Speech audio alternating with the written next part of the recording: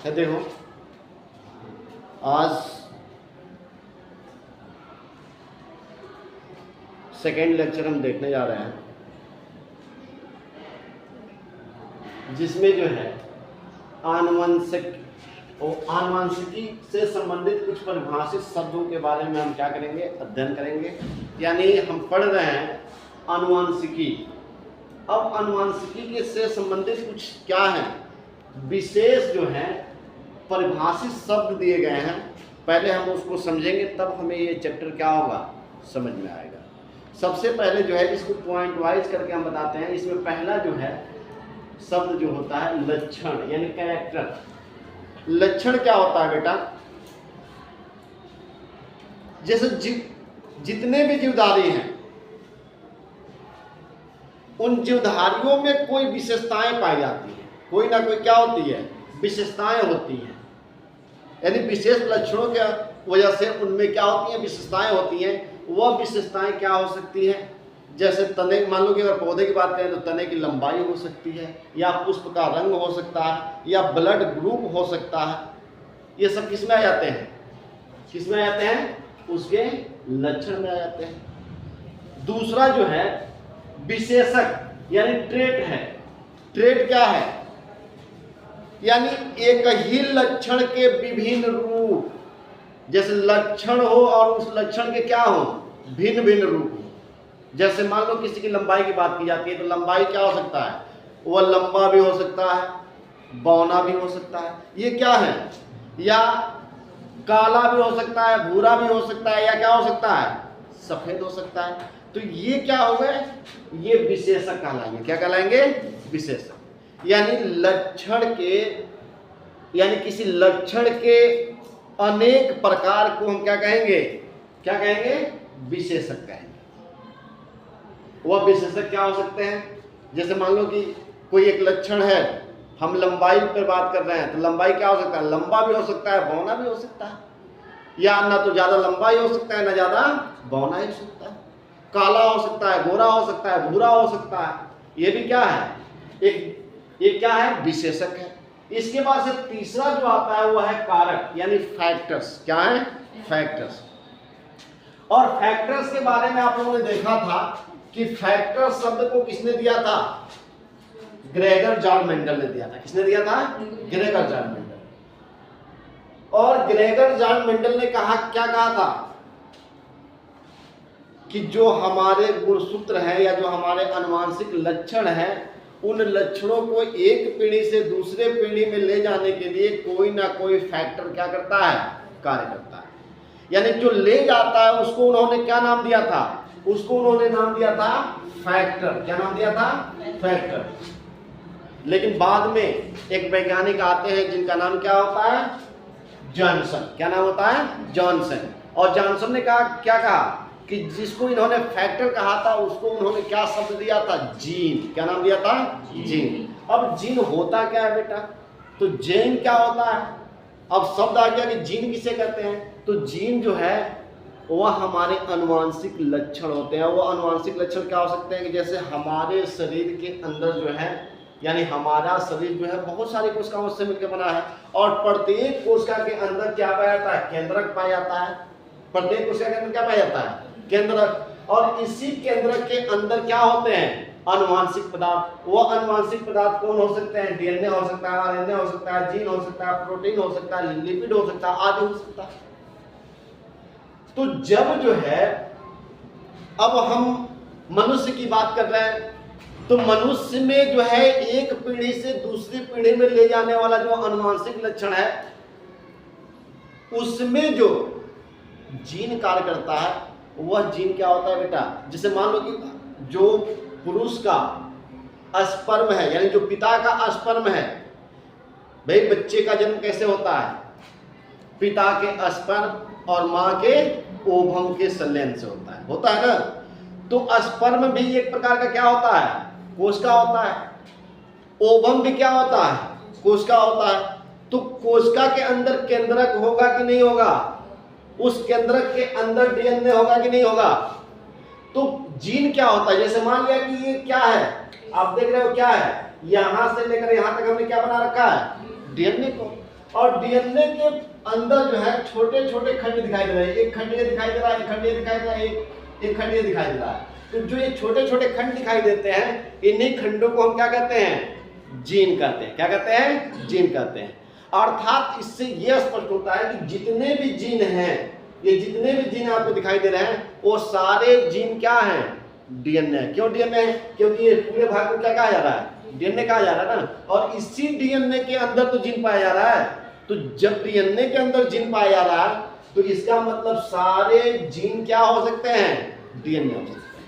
लेकिन कहा जाए, अब देखो ये वाला जो भाग है ना, ये वाला भाग, ये क्या है? Non gene. जहां पे ये खंड नहीं पाए जा रहे हैं, छोटे छोटे खंड नहीं पाए जा रहे हैं, वो क्या है? नॉन जीन है, वो जीन नहीं है। तो क्या सारा जितने भी हमारे डीएनए हैं, क्या वो डीएनए जीन होंगे?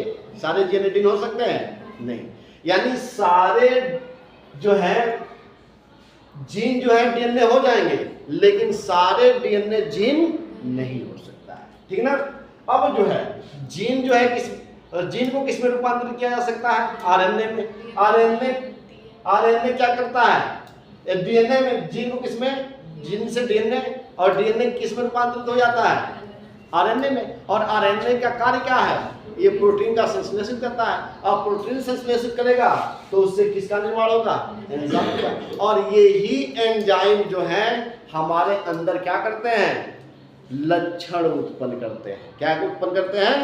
लक्षण। जो विशेष फैक्टर था ना, जो आप फैक्टर पढ़ रहे थे कि भाई कोई ना कोई है जो विशेष लक्षण को ले जाने का कार्य करता है, तो लक्षण उत्पन्न करता है, यही एंजाइम करता है। और कैसे बना? और ये कैसे बना? तो भाई आपने देखा कि जिनने डीएनए में परिवर्तित हुआ, डीएनए किसमें हुआ? आरएनए में। और आरएनए प्रोटीन को संश्लेषित किया, प्रोटीन क्या किया? एंजाइम बनाया, और ये एंजाइम क्या किया? लक्षण उत्पन्न किया।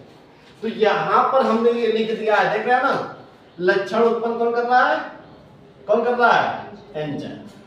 तो एक बात आपको क्लियर हो गई कि हमारे एक पीढ़ी से दूसरे पीढ़ी में जो है अनुवांशिक पदार्थ कौन होता है? जो कारक होता है, वो कारक कौन होता है? जीन होता है। और जीन किसमें परिवर्तित होता है? डीएनए। डीएनए क्या होता है? आरएनए में। और आरएनए क्या करता है? प्रोटीन संश्लेषित। और प्रोटीन संश्लेषित करने के बाद से वो किसमें परिवर्तित होता है? एंजाइम। और एंजाइम क्या करता है? हमारे अंदर हमारे माता पिता के लक्षण को उत्पन्न करता है। बात समझ में आ गई? तीसरा है युग्म विकल्पी, यानी अलील। देखो अलील पिछले लेक्चर में भी मैं बता चुका हूं, अधिकांश बच्चे को अलील शब्द समझ में नहीं आया था। अलील क्या होता है, यानी युग्म विकल्पी किसे कहते हैं, ये चीजें आप नहीं समझ पा रहे थे। तो देखो अलील क्या होता है? जो जीन होता है ना, जो जीन लक्षण को ले जाता है, उसी जीन के दो रूप को हम क्या कहते हैं? यानी जो उसका दो रूप पाया जाता है, उसी दो रूपों को हम क्या कहते हैं? अलील कहते हैं। साधारण भाषा में समझ जाओ कि अलील का जो दो रूप होता है, उसी दो रूपों को हम क्या कहते हैं? क्या? जो जीन का जो दो रूप होता है, उसी दो रूप को हम क्या कहते हैं? अलील कहते हैं। अब दो रूप क्या है बेटा? जैसे देखते हो ना कि लंबे वाले के लिए हम किसका प्रयोग करते हैं? Capital T. ये दोनों क्या है? जीन है। कैपिटल टी क्या है? ये क्या है? लंबा होता है ना, ये लंबा होता है कि नहीं होता है? ये लंबा है। और ये क्या है? ये भी लंबा है, लेकिन यानी मध्यम वाला है। और ये क्या है? बौना है। तो ये जो दो रूप आपको दिखाई दे रहे हैं ना, इन्हीं दो रूपों को हम क्या कहते हैं? अलील कहते हैं। ये किसके दो रूप हैं? जीन के। क्योंकि कभी भी जो है ना अलील किसमें होता है? जोड़े में होता है। किसमें होता है? जोड़े में होता है। तो एक सीधा साधा इसका परिभाषा क्या समझ लिए कि जो अब जो है आगे हम समझेंगे, पहला हमने समझ लिया। अब जो है जीन के एकांतरित स्वरूप को युग्म विकल्पी, यानी जीन के एकांतरित अल्टरनेट स्वरूपों को हम युग्म विकल्पी यानी अलील कहते हैं। जो एकांतरित जो होता है ना, उसी का अल्टरनेट कौन है जी? क्या देख रहे हैं ना, ये कैपिटल टी और स्मॉल टी दिखाई दे रहा है कि नहीं दे रहा है? इसी को हम क्या कहते हैं? युग्म। इसी के स्वरूप को हम क्या कहते हैं? युग्म विकल्पी यानी अलील कहते हैं। क्या कहते हैं? अलील कहते हैं। बात समझ में आ गई? एक परिभाषा आपको मिल गया। अलील की उत्पत्ति जो है उत्परिवर्तन से होती है। यहां जो है जो अलील है बेटा, अलील की जो उत्पत्ति होती है, अलील की उत्पत्ति किससे होती है? उत्परिवर्तन से होती है। किससे होती है? उत्परिवर्तन।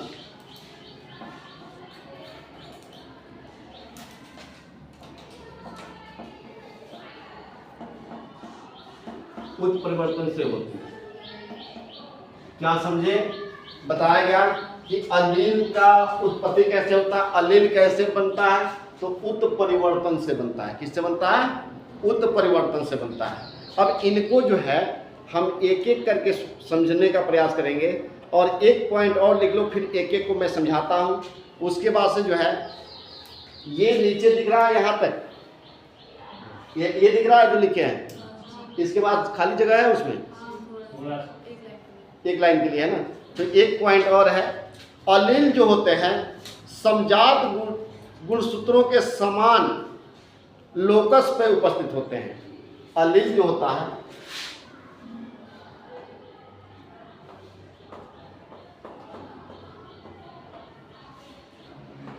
समजात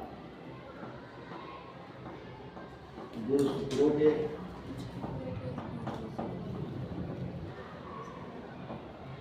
समान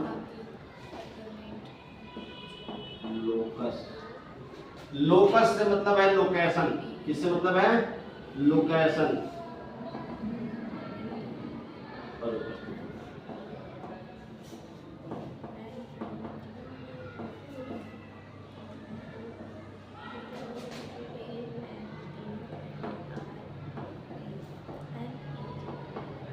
ठीक है, एक एक चीज को हम समझाते हैं।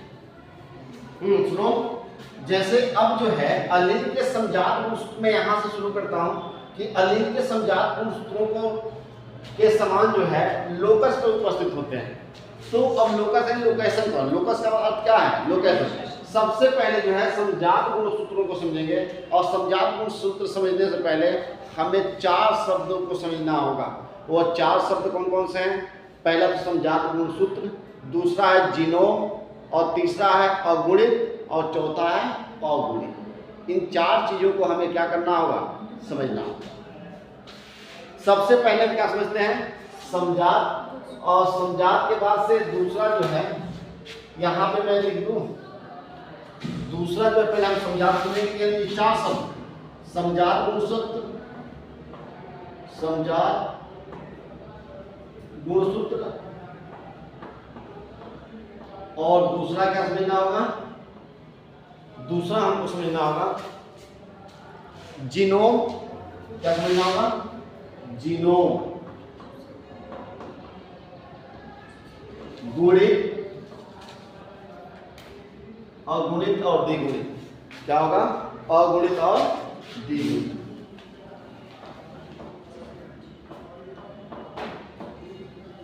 अगुणित और द्विगुणित।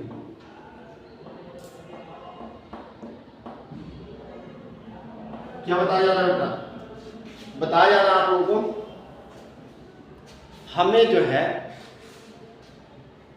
ये जो तीसरा पॉइंट मैंने लिखा है कि अलील समजात गुणसूत्रों के समान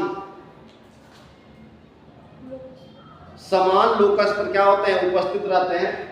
तो जो उपस्थित होते हैं या उपस्थित रहते हैं, इसको समझने के लिए हमें ये 4 शब्दों को समझना होगा कि समजात गुणसूत्र किसे कहते हैं, जीनोम किसे कहते हैं, अगुणित किसे कहते हैं और द्विगुणित किसे कहते हैं। सबसे पहले हम समझेंगे समजात। हाँ ध्यान में बेटा, जैसे समजात गुणसूत्र पढ़ना है। समजात गुणसूत्र किसे कहते हैं? ध्यान देना, समजात गुणसूत्र किसे कहते हैं? तुम जानते हो कि हमारा जो एक सेल होता है, जो हमारी एक कोशिका होती है, वो कोशिका कितने गुणसूत्रों से मिलकर बनी होती है? 46 गुणसूत्रों से। जैसे मान लेते हैं ये हमारी कोशिका है, ये क्या है? कोशिका है। और ये कोशिका कितने से मिलकर बनी है बेटा? 46 गुणसूत्रों से मिलकर बनी है। अब ये 46 गुणसूत्र मान लेते हैं XX, क्या है? XX।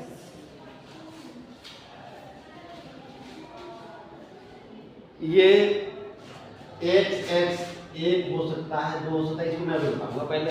इसमें कुल कितने गुणसूत्र होते हैं? 46। यानी 46, एक हमारे सेल में, हमारी एक कोशिका में कितने गुणसूत्र होते हैं? कुल 46 गुणसूत्र होते हैं।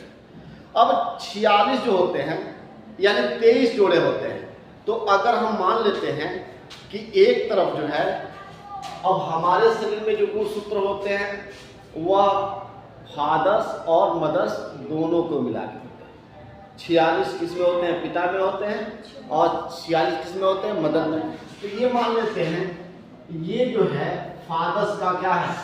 गुणसूत्र है। ये क्या है? फादर्स का। 23 जुड़े किसका है? फादर्स का है। और 23 जुड़े किसका है? मदर्स का है। ध्यान देना, ये कौन हो गए? फादर्स भी हो गए, और ये क्या हो गए? मदर। यानी ध्यान देना यहाँ पहली बात, यानी हमारे शरीर में यानी पिता के स्पर्म एक क्या था? कोशिका था, उसमें कितने गुणसूत्र थे? 46। और माता के ओवम में कुल कितने गुणसूत्र थे? और दोनों के गुणसूत्रों को आधा आधा हमने बंटवारा किया, और हमारे शरीर में कितने गुणसूत्र हो गए? कितने हो गए? 46 हो गए। यानी 23 माता से लिया और 23 पिता से लिया, और ऐसे मिलकर कितने हो गए? गुणसूत्र 46। अब जो हम ये क्रोमोसोम ले रहे हैं बेटा, ये जो हम उनके गुणसूत्र ही ले रहे हैं ना, क्रोमोसोम को ले रहे हैं, ये मान लेते हैं ये क्रोमोसोम X कितने हैं? कितने हैं जी? ये कितने हो जाएंगे? 46 हो जाएंगे ना। XX यानी कितने तक होंगे? ये होंगे 46 होंगे। कितने होंगे? 46।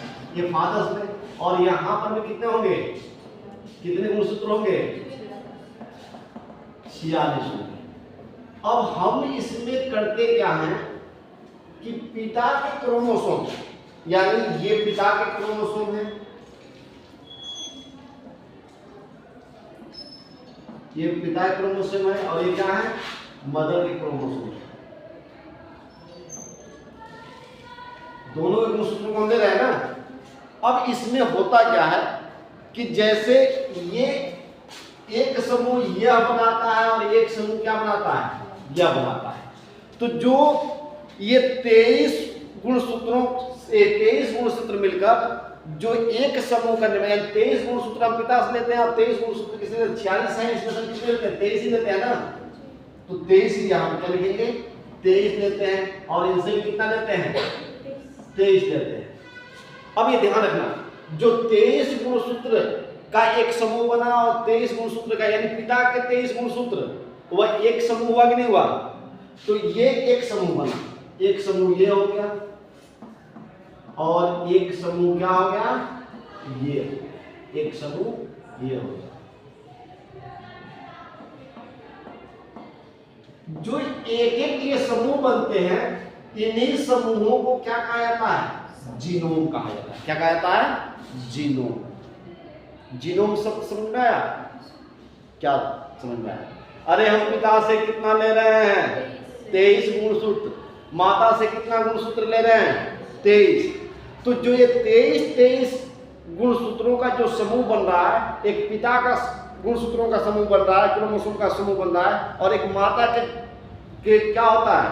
गुणसूत्रों का क्या बन रहा है? क्रोमोसोम बन रहा है।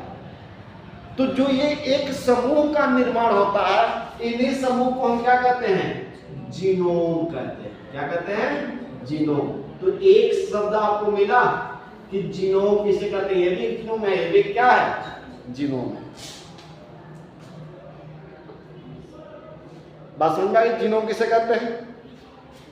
अब मान लेते हैं ये इनका एक गुणसूत्र इनका है, ये वाला गुणसूत्र X, और इनका भी क्या है एक्स।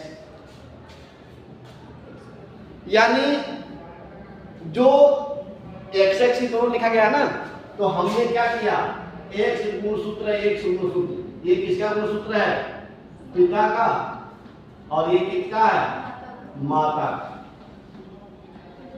जब इन दोनों गुणसूत्रों को क्या कर देते हैं, दोनों गुणसूत्र जब एक में मिलते हैं, जब दोनों गुण ये कितना था 23 था, ये कितना गुणसूत्र था 23, और ये कितना था 23।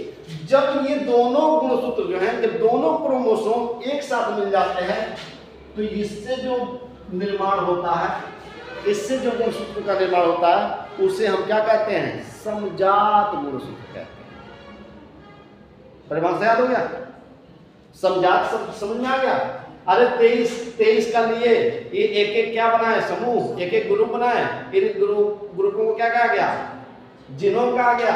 और जो 23 लेकर हमने अपना गुणसूत्र जो है, हमने अपना पूरा तैयार किया, वो क्या बना, 46 गुणसूत्र हमने लिया था, 23 माता से 23 पिता से, तो ये दोनों मिले तो इससे किसका निर्माण हुआ, समजात। तो ये क्या कहलाएंगे, समजात गुणसूत्र। क्या कहलाएंगे, समजात गुणसूत्र।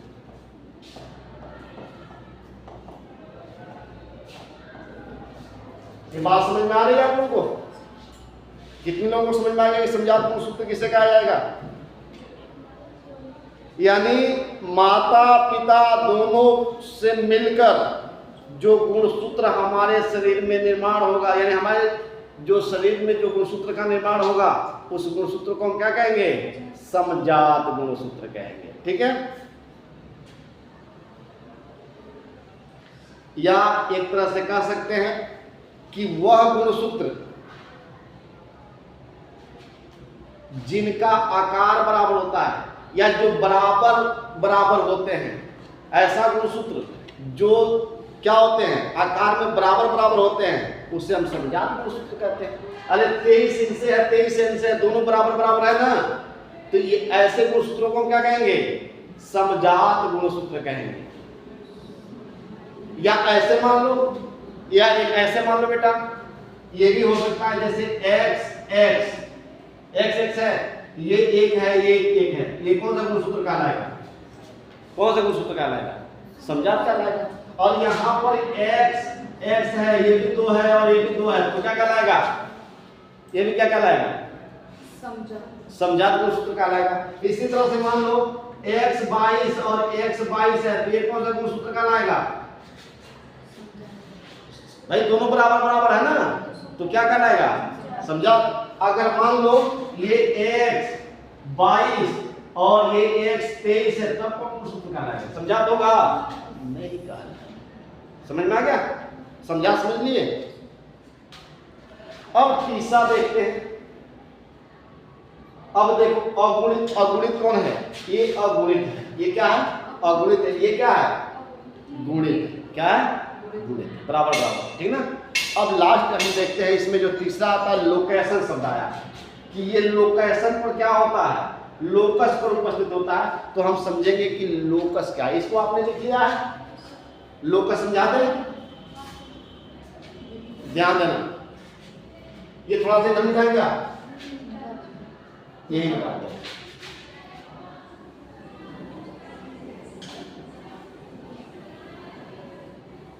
बहुत स्लो चल रहे हैं हम लोग, कोर्स ज्यादा है, घंटियां छोटी हो जा रही हैं, कोर्स खत्म नहीं हो पा रहा। यहां देखो लोकस, किसी का जो है, इसका मैं बता रहा हूं, यहां पे लोकस, लोकस का मतलब क्या, लोकेशन। लोकस का मतलब समझ लेना, लोकेशन। अब हम समझने का प्रयास करेंगे लोकस को। मान लो कि यह एक माता जी का क्रोमोसोम है, ये किसका क्रोमोसोम है, ये माता जी का क्रोमोसोम है, और ये किसका क्रोमोसोम है, पिताजी का क्रोमोसोम।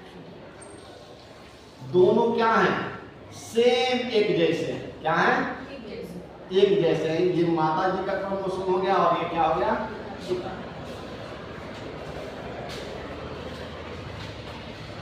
अब यहाँ ध्यान दो, जैसे हम किसी पौधे को ही ले लेते हैं, किसका ले लेते हैं, मान लेते हैं कोई पौधा है और कोई पौधा ये एक मेल है और एक क्या है, फीमेल। अब इसमें जो है दोनों के गुणसूत्रों को हमने लिया है, यहां पर घंटी तो लग गई है, 1 2 3 4 5 6 7।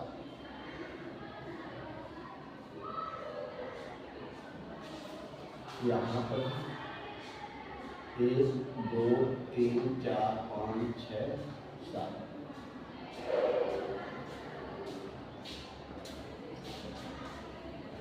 मान लो एक जीन यहाँ पर उपस्थित है, एक जीन कहाँ पर उपस्थित है, 7वें नंबर पर।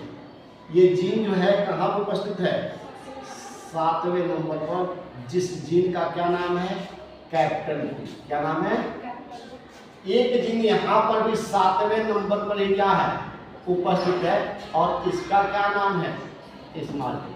अरे वो दोनों जीन ही है, एक कैपिटल टी है और एक क्या है, स्मॉल टी। अब आप जानते हो जो कैपिटल टी होता है वो क्या होता है, प्रभावी होता है। क्या होता है, प्रभावी होता है। तो ये जो कैपिटल टी होता है ये क्या होता है, प्रभावी होता है। अभी मैं बताऊंगा प्रभावी और प्रभावी क्या होता है।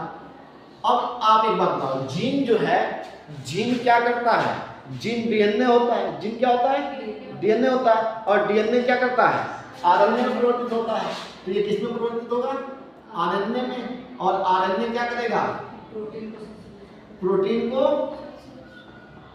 को संश्लेषित करेगा, और प्रोटीन संश्लेषित होगा तो एंजाइम बनाएगा, और एंजाइम क्या करेगा, उत्पाद को बनाएगा। ये क्या करेगा, उत्पाद को बनाएगा। जबकि इसमें ये अप्रभावी है। ये क्या है, अप्रभावी लक्षण है। ये अप्रभावी लक्षण है, तो ये क्या करेगा, अप्रभावी लक्षण वाले जो होते हैं इनकी, ये अप्रभावी लक्षण है, अप्रभावी लक्षण। अब अप्रभावी लक्षण वाले जो हैं, जो जीन होते हैं, वह डीएनए को आरएनए में नहीं बदलते हैं, यानी आरएनए का निर्माण नहीं करेंगे। जब आरएनए का निर्माण नहीं होगा तो प्रोटीन का निर्माण नहीं होगा। तो जब प्रोटीन का निर्माण नहीं होगा तो उत्पाद का निर्माण होगा, नहीं होगा। इसलिए क्या होगा, अप्रभावी। क्या होगा, अप्रभावी। समझ में आया। यहाँ एक जीन के दो रूप आपको दिखाई दे रहे हैं। एक ही जीन है, उसके दो रूप हैं। यहाँ जीन का एक रूप कैपिटल टी और एक रूप क्या है, स्मॉल टी। आपने देखा, यानी दोनों 7वें पोजीशन पे हैं, और दोनों किस पे हैं, दोनों जीन किस पे हैं, 7वें पोजीशन पे हैं। यानी दोनों समजात गुणसूत्र पे हैं। दोनों किस पे हैं, समजात। ये दोनों समजात गुणसूत्र पे हैं, 7वें नंबर पे ये भी है, 7वें नंबर पे ये भी है। क्या है, समजात गुणसूत्र है, अर्थात कैपिटल टी और स्मॉल टी। और इसी तरह से इनका जो अलील देखोगे, यानी अलील जो है, चलो ठीक है, इसको फिर अगले दिन बताते हैं, ठीक ना। घंटी लगी है, फिर इसको कल से जाते हैं।